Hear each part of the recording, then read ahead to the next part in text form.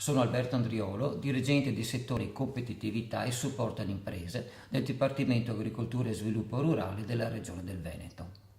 Con la misura 13, più nota come indennità compensativa, è prevista l'erogazione alle aziende ubicate in zone svantaggiate di montagna di un pagamento per ettaro di superficie, al fine di compensare le perdite di reddito e i maggiori costi sostenuti rispetto alle aziende di pianura.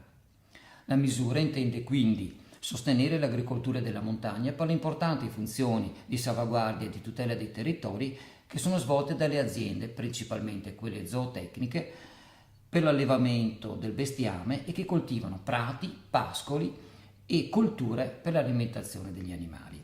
La novità di questo periodo di programmazione è data dal sostegno concesso anche alle aziende non zootecniche per la coltivazione di prati, seminativi e colture orticole.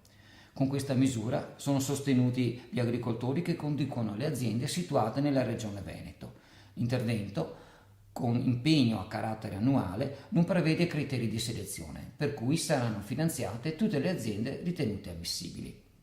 Altra importante novità è costituita dal fatto che le superfici ammesse potranno percepire un aiuto che varia da un minimo di 270 ad un massimo di 504 euro per ettaro a seconda della pendenza e dell'altitudine media dell'azienda, con meccanismi di riduzione che prevedono premi medi per ettaro più contenuti all'aumentare della superficie aziendale fino ad un massimo di 200 ettari per azienda.